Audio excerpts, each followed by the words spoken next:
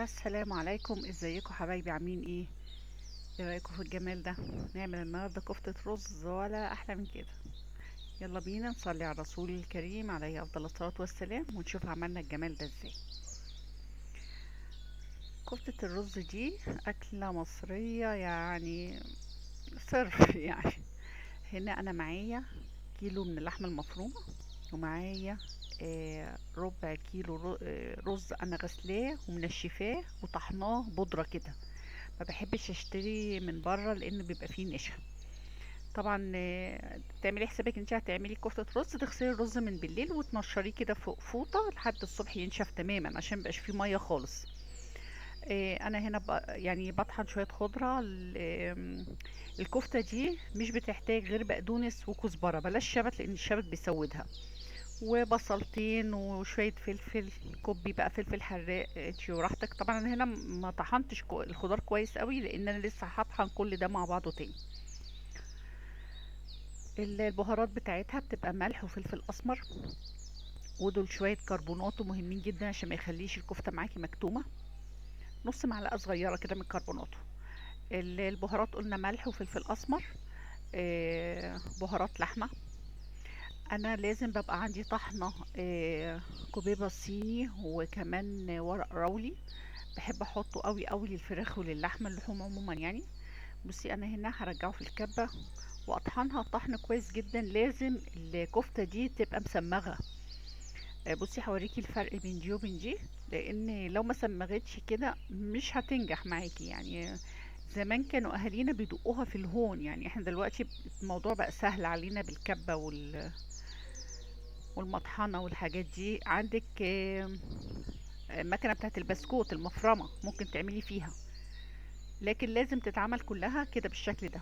ما ينفعش ابدا ابدا تخلص بالطريقة دي. ضروري ان انت تضربيها او تدقيها او توديها عند الجزار لو انت مش عندك استعداد او ما عندكيش امكانيات ان انت تعمليها في كبة او كده.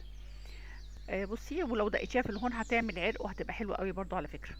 بس بصي متماسكة وما فكتش مني ابدا، ولو عملتيها بالطريقة دي هتعجبك على فكرة. انت ممكن تزودي الرز، يعني انا هنا حاطة مثلا ربع كيلو رز على الكيلو ده. انت ممكن تحطي نص كيلو، في ناس بتحط كيلو الا ربع رز على الكيلو اللحمة وبتبقى حلوة وبتبقى ماسكة. بس طعم اللحمة مش بيبقى باين قوي فيها، فهي أكلة اقتصادية وانت ممكن تكملي وتعملي الأكلة دي بالطريقة اللي تعجبك وبكفاية الرز اللي يعجبك، يعني ممكن تزوديها زي ما انت عايزة.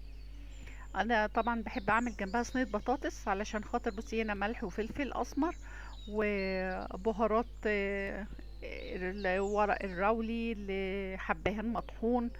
انا مش حاطه هنا سمنه ولا زيت ولا اي حاجه في البطاطس دي. انا هستكفى بالكفته لما احطها في البطاطس. بعد كده طبعا الكفته بيبقى فيها زيوت ومقليه كمان، فانا مش بحب احط غير اللي نازل من الكفته بس كفايه يعني. هو ده اللي عشان كده ما حطيتش اي سمنه ولا اي زيت ولا اي ماده دهنيه في البطاطس.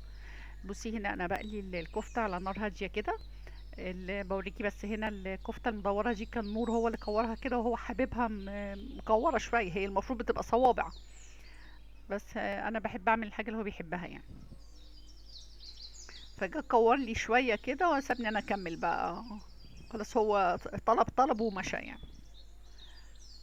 بس هنا بوريكي البطاطس كانت قربت تستوي، والكفته برضو كان فاضل كمان طاسه ولا حاجه. هنا كنا خلصنا الحمد لله. بصي انا بحط الكفته بعد كده في البطاطس، بتغلي غلوه كده والله، ولا فكت ولا اتغيرت خالص خالص. لو عملتيها بطريقتي دي هتعجبك قوي.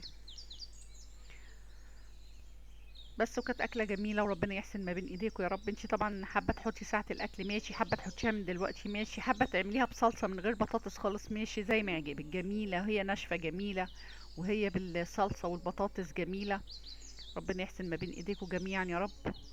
وما تنسونيش في اللايك، واشوفكم على خير ان شاء الله في فيديو جديد. باي باي.